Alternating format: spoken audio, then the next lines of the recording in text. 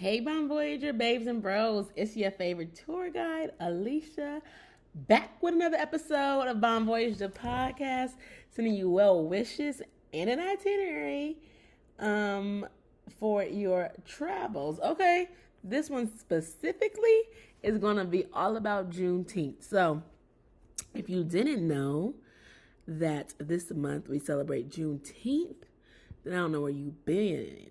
But, I want to shed some light on it and some black history, even though it's not February, but we black all year round. So there we go. Yeah. I wanted to highlight 5 African American museums you should visit in honor of Juneteenth, and then 3 other museums just are like honorable mentions. So altogether 8 Black History museums you should visit. Let's get into it. But if you didn't know like the history of like Juneteenth and stuff like that, we're gonna start that off first. So we're gonna get into our story time, and this is about the birthplace of Juneteenth. So in Galveston, Texas, is where all this happened. But although Juneteenth was declared a federal holiday in 2021, people celebrated long before that in Texas, and I even started celebrating it before it became a federal holiday. Unpopular opinion is that it didn't need to be a federal holiday, okay? But if you know the history, but if you don't know the history, I'm going to share it with you. So, January 1st, 1863, President Abraham Lincoln issued the Emancipation Proclamation, declaring all enslaved people in Confederate states to be free. But as we know, that wasn't enforced in places that were still under the Confederate control, i.e. Texas, okay? So then June 19th, 1865, the Union General Gordon Granger arrived in Galveston, Texas, and announced that there was an order to declare that all enslaved people in Texas was free, okay? So this was more than 2 years after the Emancipation Proclamation, because Texas was remote and have fewer Union troops to enforce it. So that's just a little history nugget if you didn't know. But of course, Texas was one of the last ones to hold out where slavery was still practiced. Of course, like, why not? So this was the announcement that effectively freed the last group of the enslaved African Americans in the United States. So, yes. Fun fact, though, I actually visited Galveston, Texas, and went to the landmark and read the history. There's like gravel roads and stuff like that. And there's a shopping center that I went to. And it was an African store in there, and so I bought some, some stuff there. Galveston is also known for their ports. If you like do cruises and stuff like that, sometimes they like leave out of that port, which is very interesting, right? Next to water. Makes you think. Random fact though, also they host Mardi Gras festivals there, but we only recognize New Orleans. Okay, period. I'm just playing. But yeah, so that's just a little bit of history I wanted to share with y'all. Now for this next segment, I want to get into a this or that. Just a little couple questions before we get into it. So, Beach in Galveston, our walking tour of historic African American sites. I'm picking walking tour of historic African American sites, but because the beaches, if it's not clear, I don't want to see it. Juneteenth parade and festivities are a quiet reflection at a local museum.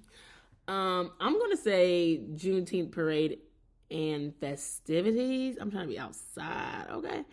And then, would you support Black-owned restaurants or visit a Black-owned art gallery? That's kind of hard, But I don't know. I'm trying to decide really which one I would do. I feel like art is cool, and I feel like restaurants are cool too. That should have been up there with walking. The tour. I'm gonna choose probably go to a Black-owned gallery because I would support Black-owned businesses, whenever. So let me know your this or that. Let me know which one you would choose. This is on my YouTube channel, Life with Alieshia. You can leave it in the YouTube comments, and also on Instagram, Bon Voyage the podcast. So let me know what you would choose for this or that. Now let's get into the museums that you should visit. There is no order, but I have been to all of these personally, so this is why I wanted to share it as well too. The first one is the National Museum of African American History and Culture in Washington, D.C. Woo child, baby, you better have some time on you, okay? That thing is about 4 floors, okay? Period. But, baby, it has a lot of stuff in there, and it takes like a whole entire day, like, to get through it.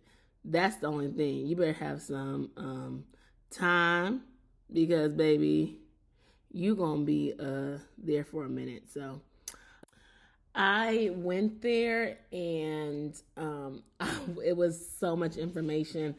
You've seen so much, and also they have Emmett Till's like what is it called? Like it's a replica of it. I guess a replica of the casket. Yes. And fun fact, I'm actually related to some of the Emmett Till's family. But yeah, so that's there. Has all stuff about like the Obamas and different things like that. So, you just want to have some time for that trip because, baby, it literally is all day. Okay, so you should definitely check that out. The next one I would say is the Legacy Museum. That's in Montgomery, Alabama. I actually went there with an organization called the Legacy Trips, and that's owned by Tina Strawn, where she takes people, which is usually like YT people, and people that want to learn about racism more and kind of just seeing like where what happened to Black people, like they don't really know about like the stories and stuff like that, so it's just kind of like educating them. So she takes them to the Legacy Museum.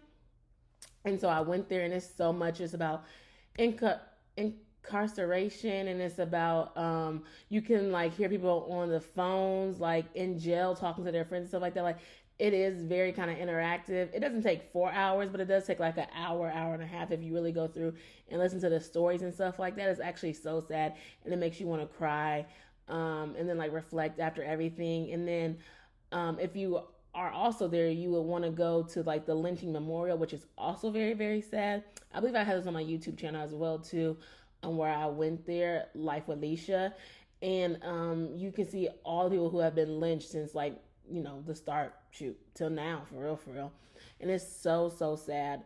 But that's another one that you should go check out if you're in the Alabama area or if you want to take a trip to Alabama.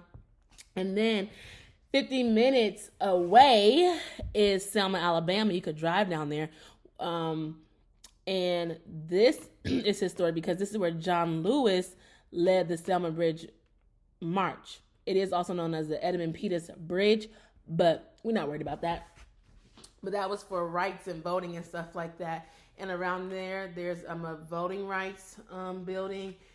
And then there's like a graveyard of like some famous historic people there. It's really a dead city, to be quite honest. Like there's a hotel and a gas station. That's all I be seeing there. But if you want to, make that a trip, you could go to Legacy Museum, then you go to Selma, and just kind of like see all that there. So that's another thing that I would suggest. Then, of course, the National Civil Rights Museum, Memphis, Tennessee. We already know what happened there. They shot our brother down, MLK. But I also went there, and you can see the room where he got shot at. Shot in like outside on the balcony, and you just kind of just learn about what he was doing, national civil rights and things like that. And then if you just you want to stay in Memphis, you can just go to Bill Street or something like that. You can go to BB King's and different things like that, like if you want to make a trip out of it. But I think that that's really important, and you can kind of just see like what Memphis is like, but you can also see what Dr. Martin Luther King had to go through and stuff like that, just all the civil rights stuff happening and different things like that. So I think that that's a really good one to go to. Then the African American Museum in Philadelphia. Okay, that was really cool. They have like people who are like interacting with you. They're talking to you, and you like press the button, and they like. They pretend like they're that person, which is really cool. But this was the first institution built by a major U.S. city to house and interpret the life and work of African Americans. So yeah, it's like it's interpretation, and you get to see all different people, and they talk. I think that's really cool. And of course, they have like a museum store and stuff like that. So I really enjoyed that one. Then this is the fifth one. If you're not keeping up with the numbers, I'm so sorry. The California African American Museum, that showcases the history and art and culture of African Americans in California and the Western United States. And that's when I learned more about the Rodney King assault. Like, I heard the song like Lil Wayne beat the cop, Rodney King, I really didn't know too much about it. But researching that and seeing that it was a police brutality and that it was filmed in the 1990s is even more shocking now that nothing even happens to these cops. And it makes me so sad because like we're in 2025 and people are still getting beat by the cops. Like no matter what, we have phones and everything. People are getting settlements. Like I imagine they would still want their family over money. Like it's just so sad, and it's just heartbreaking, honestly. And so just seeing that, how he got beat in modern day, and I'm not saying that the crime or whatever he did, we're not even talking about that, but it's like, do you really, like, you risk losing your life technically, right? But it's like, is that really worth the life and your conscience? And that's why I be saying people don't have no morals, but that's just me. The police system is corrupt and everything like that. So those were the main 5 ones that I wanted to share to highlight that. These next ones are just some honorable mentions that I think that you all should just check out, if you want to check them out. The Apex Museum in Atlanta, Georgia. This is solely dedicated to telling the rich and often untold story of people of the African diaspora. And I think actually when I went there, I think I got to go to Ebenezer Church, and there was somebody like interpreting Dr. Martin Luther King. So that was kind of funny. I was doing that a little bit too. But there's another space out there, and it's like, it's a museum, and I forget it now, but if you literally just type in museum in Atlanta, it's like another Black History museum. But the Apex one is really cool. It's kind of smaller. It's like it's kind of like hidden, honestly. But then that other one in Atlanta is really good. But you could do like a whole tour in Atlanta, like everywhere. You can go all these places in Atlanta and do like some Black History tours. So I think that would be cool to go to. I think I talked about this on my podcast before, but I went to Denver, Colorado, and they have a museum. It's called Black American West Museum and Heritage Center. It's in a house, though, y'all, but it's still cool, y'all. But this museum focuses on African Americans who played a role in the development and settlement of the Western United States. So I learned so much about cowboys and the migration to the West that I really didn't even know. And I just stumbled upon it. Well, I looked it up and then I stumbled upon it, but I thought it was closed. And she's like, oh no, we're open for Museum Monday or whatever. It was the Sunday after Thanksgiving. It's something that nonprofits do. But I learned about like the first doctor. I learned about actually the man who started it. He's from Iowa. And if you didn't know, I'm from Iowa too. So shout out to him. And he was learning about cowboys and stuff like that, and just seeing like how intricate that we were. Well, not we, because I wasn't a cowboy, but African-American cowboys was in, for the migration to the West. So I think that's really important to just kind of know and just learn about it and just kind of see like how, we migrated. We were all over the place. And I think that's just an interesting perspective. If you want to see that full vlog, that's also on my YouTube channel, Life with Alieshia.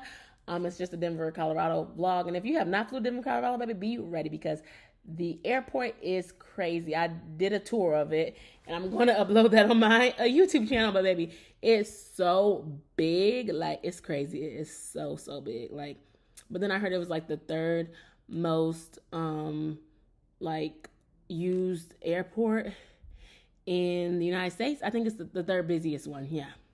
I said, oh, I can see it, y'all. I was walking. I was like, where is baggage claim? So yeah. And last but not least, I got to bring it back to Louisville, Kentucky. So the Roots Museum is located in Louisville, Kentucky, and it was founded by Lamont Collins, and it's a place where he wants visitors to see themselves in history, explore the African-American story in its entirety. I don't know if y'all know who Static Major is, but he was from Louisville, Kentucky. He was on Lil Wayne's song. When I went there, they had an exhibit for him. They have a picture outside. I don't know how much the exhibits change and stuff like that, but he did have an exhibit there. And they have like a couple of different exhibits that are just like cool. The one definitely from Africa. Then there's one about, of course, Breonna Taylor, because that happened in Louisville, Kentucky. So that's just something that that you can check out. And if you live in Louisville and you have a library card, you can stop by the library and get a cultural pass, which will let your children in under 18 and a guardian go to all these different museums, and the Roots Museum is a part of it, and this is to August 10th, 2025. I don't know all the details, but I know that you can get one kid. Now, I don't know how many kids you can get, but you can go to the website of the library, your local library, okay? Get you a card and get these culture passes. And definitely support your local libraries wherever you are at. They have history, they have information. When I was looking up something that I'm trying to write about, I went to the library, I got books on it. And it was just so overwhelming. So much stuff going on there. Newspapers and everything. So definitely don't forget about your local libraries. And if you are in the Louisville area, I wanted to share some Juneteenth events that were happening. If you're not in Louisville, I mean, you can, click off, or you can just listen, to the end so you can hear what I got to say, okay? So on Thursday, June 12th at 6 p.m., National Black MBA Kentucky Chapter and NABA, National Association of Black Accountants, and the Louisville Young Professionals are hosting a pre-Juneteenth event. There'll be networking and trivia, and this will be at the Presley Post, and you can get your ticket on the Eventbrite, but it's also free. And I'm also the MC that night, so come out and holler at your girl, say what's up. Let's have a good time, okay? So yeah, come to that. Also on June 12th at 8 p.m., Prolific Jones is hosting a Juneteenth open mic event. She's a poet out here in the city, and it starts at 8 p.m., and the doors open up at 7. So, you can go there after this one. And just support. They're asking for like a blessing donation of like $5. You have to sign up if you want to, speak as like being a poet to perform or whatever. So just check that out as well. On Wednesday, June 18th at 6:30, Purposeful Point is hosting a Juneteenth paint party, which should be very fun. Now, this one does cost, and you got to get your ticket online on Eventbrite, but check it out. I hosted the event there for Valentine's Day, and it was so fun, and she's very helpful and kind. So, yeah, check that out. The Kentucky African American Heritage Center is hosting a Juneteenth and Father's Day brunch on Sunday, June 15th at 1 p.m. You can get your tickets on Eventbrite. Millionaire Marketplace is hosting its annual My Ancestors Dream Juneteenth celebration on June 19th on 4th Street Live. It starts at 3 p.m., goes to 10 p.m. I went to this last year. It was so fun. They have performers, they have vendors, and then there's like food places around and stuff like that, but you could walk around, meet people, talk, and it was just a good time, off work, have fun. And if you're not in Louisville, you can also come and just, hop over the bridge, drive in, you know what I'm saying? On June 20th, though, they will also be hosting a night market in Jeffersonville, Indiana, which is at 100 West Riverside Drive from 5 to 7, which is also free, but there will be food trucks, necklace workshops, and African beads in a live band performance. So sounds like a great black time to me, okay? So, yeah. I hope you have a great Juneteenth and celebrate it like it's no tomorrow. But before we go, I want to leave you with a travel tip. And that is to take off the day after Juneteenth so you can have a great black time. You can have a 4-day weekend. Okay. I hope you enjoyed this episode. This one was a lot of information. It was long, but let me know, how you enjoy these by following me on Instagram at Bon Voyage the Podcast, Alieshia's Adventures. Follow me on YouTube and just commenting down and engaging with us on Instagram and YouTube as well, period. And then, it is Travel Thursday, so I will see you on another Travel Thursday and talk to y'all soon. Bon voyage!